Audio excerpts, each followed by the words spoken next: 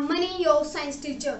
जैसे कि मैंने आपको लास्ट वीडियो में बताया था कि नेक्स्ट क्लास में हम लोग केमिस्ट्री के कुछ एक बेसिक टर्म्स को पढ़ेंगे, तो आज मैं उन्हीं बेसिक टर्म्स के साथ आई हूँ। तो पहले हम डिस्कस कर लेते हैं कि कौन से वो बेसिक टर्म्स हैं जो केमिस्ट्री में स्टार्टिंग से लेकर टिल एंड तक आते ही रहते हैं और हमें हमेशा कंफ्यूजन होता है कि क्या बेसिक डिफरेंस है उन टर्म्स के बीच में। तो देखिए वो टर्म्स कौन कौन से हैं आपके पास में। पहला है atom, molecule, element, cation, anion, free radical, valence, valency, oxidation state, homolytic and hydrolytic cleaves. तो आज हम इन्हीं टर्म्स को वन बाय वन करके डिस्कस करने जा रहे हैं। तो सबसे पहले हम लोग डिस्कस करते हैं एटम, मॉलिक्यूल और एलिमेंट। इसको हम थोड़े से एग्जांपल के साथ भी समझेंगे और हम इसको पहले एक ही साथ लिख लेते हैं। लाइक ये हमारे पास में atom, C, molecule and element. अगर हम बात करें एटम की तो ये स्मॉलेस्ट होता है जिसको हम और ब्रेक नहीं कर सकते हैं। लाइक हमने बात कर लिया सोडियम, सोडियम को हम और ब्रेक नहीं कर सकते, तो सोडियम हमारे पास में क्या है, एक एटम है।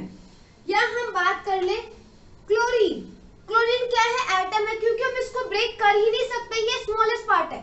But if we are talking about the molecule, तो यहाँ पे जब दो एटम या दो एलिमेंट आपस में कंबाइंड होते हैं तो उस केस में आपके पास में मॉलिक्यूल फॉर्म होता है। फॉर एग्जांपल हम लोगों ने एग्जांपल ले लिया NaCl, हम लोगों ने एग्जांपल ले लिया H2O। सो ये दोनों आपके पास में एग्जांपल है मॉलिक्यूल के। अब हम डिस्कस करते हैं एलिमेंट।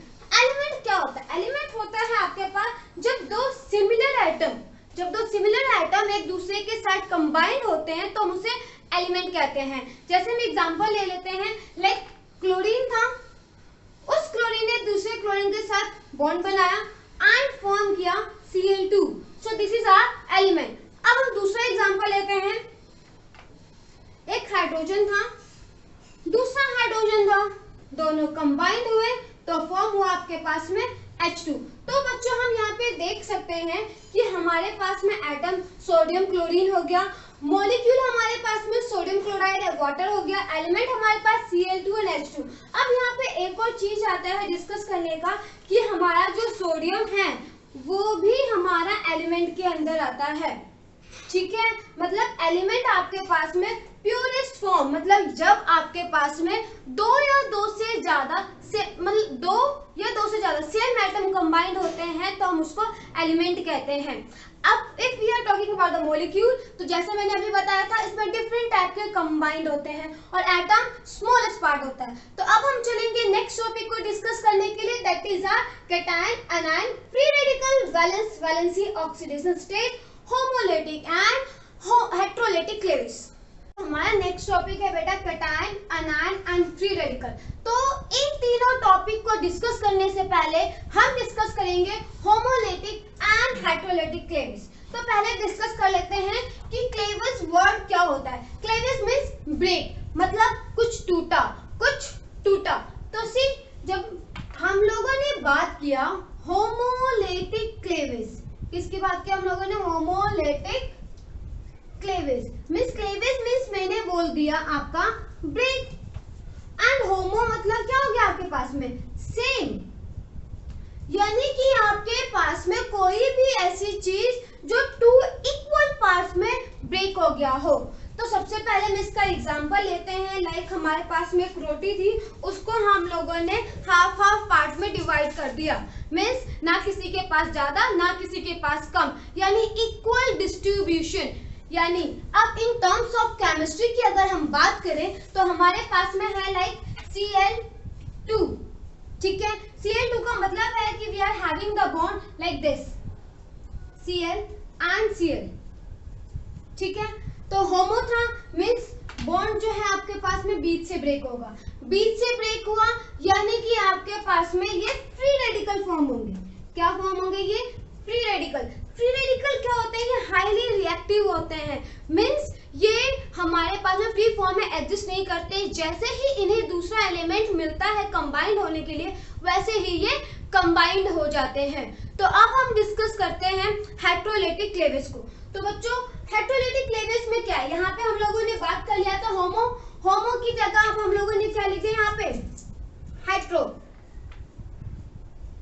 सी हेट्रो का मतलब ही क्या होता है, डिफरेंट। मीन्स हम अब ऐसा कंपाउंड लेंगे जिसमें दो डिफरेंट एलिमेंट कंबाइंड हो रखे हैं। लाइक अब हम यहाँ पे ले लेते हैं NaCl। सी तो NaCl का हम लोग देख लेते हैं NaCl। अब यहाँ पे जैसे कि हमें दिख रहा है कि सोडियम भी अलग है, क्लोरीन भी अलग है, दोनों का डिफरेंट एटॉमिक नंबर है, डिफरेंट एटॉमिक मास है, तो इनके बॉन्ड का ब्रेक भी जो है वो सेम नहीं होगा। किसी के पास ज्यादा पार्ट जाएगा, किसी के पास कम पार्ट जाएगा। मीन्स सोडियम जो है हमें पता है कि वो मेटल है, मेटल जो है अपने इलेक्ट्रॉन को लूज कर देता है, तो ये जो नॉन यूनिफॉर्म में होगा, इसके बाद आपके पास में सोडियम क्योंकि इसने इलेक्ट्रॉन लूज किया है तो Na+ बन जाएगा, और इसने इलेक्ट्रॉन गेन किया है तो Cl- बन जाएगा। Na+ का मतलब है कि ये जो आपके पास में आया है ये आपका कैटायन है, और ये जो नेगेटिव के फॉर्म में आपके पास में आया है दिस इज योर एनायन। तो यहां से और इन दोनों को हम बेटा क्या कह सकते हैं, आयंस।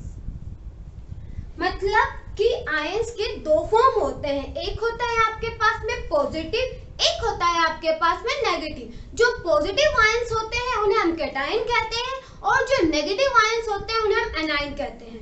मेटल हमेशा इलेक्ट्रॉन को लूज कर देते हैं, और इलेक्ट्रॉन को लूज करने का मतलब है कि उन पे पॉजिटिव चार्ज आ गया। मींस हमें पता है जो रिचेस्ट पर्सन होता है वो हमेशा डोनेट करता है, तो जो डोनेट करता है उस पे प्लस का साइन, जो गेन करता है उस पे नेगेटिव का साइन। जिस पे प्लस का साइन आया वो कैटायन, जिस पे माइनस का साइन आया वो एनायन। तो अभी हम लोगों ने तीन टॉपिक को डिस्कस किया, कैटायन, एनायन और फ्री रेडिकल। फ्री रेडिकल का फॉर्म हुआ जब बॉन्ड का जो था टू इक्वल पार्ट्स में जब वो ब्रेक हुए, एंड कैटायन एनायन का फॉर्म हुआ जब उसका हेटेरोलिटिक क्लेवेज मींस जो बॉन्ड था टू इक्वल पार्ट्स में ब्रेक हुए, किसी के पास ज्यादा किसी के पास कम, मतलब एक ने इलेक्ट्रॉन लूज किया, एक ने इलेक्ट्रॉन गेन किया। तो उसके बाद हमें मिले थे आयंस। अब हम डिस्कस करने जा रहे हैं बेटा valence, valency and oxidation state. Oxidation state जिसमें कि नॉर्मली मैक्सिमम स्टूडेंट्स को कंफ्यूजन होती है कि क्या बेसिक डिफरेंस है, मतलब कहाँ पे वैलेंसी कंसेप्ट यूज करना है, कहाँ पे वैलेंस का, कहाँ पे ऑक्सीडेशन का। तो हम इसको टेबुलर फॉर्म में समझने की कोशिश करते हैं। तो सबसे पहले मैंने यहाँ पे लिख दिया वैलेंस, यहाँ पे मैंने लिख दिया वैलेंसी, और यहाँ पे मैंने लिख दिया ऑक्सीडेशन नंबर। तो वैलेंस इलेक्ट्रॉन्स क्या होता है कि the number of electron present in outermost cell of an atom is called valence electron. Means किसी भी एटम के जो सबसे बाहर वाला सेल होता है उसमें जितने भी इलेक्ट्रॉन प्रेजेंट होते हैं उसे हम वैलेंस इलेक्ट्रॉन कहते हैं। तो यानी कि हम अगर बात कर ले सोडियम की, तो सोडियम के आउटरमोस्ट सेल में कितने इलेक्ट्रॉन होते हैं, उससे पहले हम ये चेक करेंगे कि इसका एटॉमिक नंबर क्या है। इसका एटॉमिक नंबर है 11। तो अकॉर्डिंग टू KLMN लगा दो बेटा 281, यानी कि इसका आउटरमोस्ट सेल आपके पास में M वाला है जिसमें इलेक्ट्रॉन 1 है। तो सोडियम की आपके पास में वैलेंस इलेक्ट्रॉन क्या हुआ 1। एंड वैलेंसी क्या होती है, द एबिलिटी टू लूज और गेन द इलेक्ट्रॉन, मतलब उसकी कैपेसिटी की वो किस कैपेसिटी के साथ दूसरे के साथ कंबाइन होगा, और वो कैपेसिटी क्या होती है, या तो इलेक्ट्रॉन लूज करेगा या वो गेन करेगा। Means if we are talking about here also about the sodium, तो यहाँ पे भी वो एक एटम को लूज करेगा, तो ये आपके पास में क्या हो गया, इसका भी 1 आ गया, वैलेंसी क्या आ गया 1। But if we are talking about the oxidation number, तो अगर वैलेंसी को ही हम चार्ज फॉर्म में दिखा दें तो वो हमारे पास में क्या हो जाएगा, उसका ऑक्सीडेशन नंबर क्या हो जाएगा, ऑक्सीडेशन। मींस यहाँ पे इसने इलेक्ट्रॉन लूज किया है, लूज करने के बाद में कौन सा चार्ज आएगा, प्लस का, तो आ गया +1। सो +1 is the oxidation state of sodium. अब हम इसका दूसरा एग्जांपल ले लेते हैं, लाइक क्लोरीन। क्लोरीन का एटॉमिक नंबर क्या होता है 17, क्या होता है 17। तो सिमिलरली इसको भी हम KLMN सेल में अरेंज करेंगे तो क्या हो जाएगा आपके पास में 2 8 7। तो यानी कि क्लोरीन का अगर हम बात करें वैलेंस इलेक्ट्रॉन की तो इसका होगा आपके पास में 7। अब हम इसकी वैलेंसी की बात कर लेते हैं। तो क्लोरीन या तो 7 इलेक्ट्रॉन लूज करे या 1 इलेक्ट्रॉन गेन करे। तो 7 इलेक्ट्रॉन लूज करना is one of the difficult task for the chlorine. तो ये एक इलेक्ट्रॉन को गेन करेगा, यानी एक इलेक्ट्रॉन को गेन करेगा तो इसकी वैलेंसी क्या हो जाएगी 1। एंड ऑक्सीडेशन स्टेट की बात कर लेते हैं हम इस पे। तो ऑक्सीडेशन स्टेट यानी एक इलेक्ट्रॉन इसने गेन किया है इट मींस इस पे नेगेटिव चार्ज आएगा। सो इसका -1 ऑक्सीडेशन स्टेट होगा। सो आपको अब समझ में आ गया होगा कि valence electron, valency and oxidation number क्या होता है। एक बार मैं वापस से बता देती हूँ। वैलेंस इलेक्ट्रॉन होता है आपके पास में number of electrons present in outermost cell and valency होती है क्या कैपेसिटी है उसकी इलेक्ट्रॉन को गेन और लूज करने की।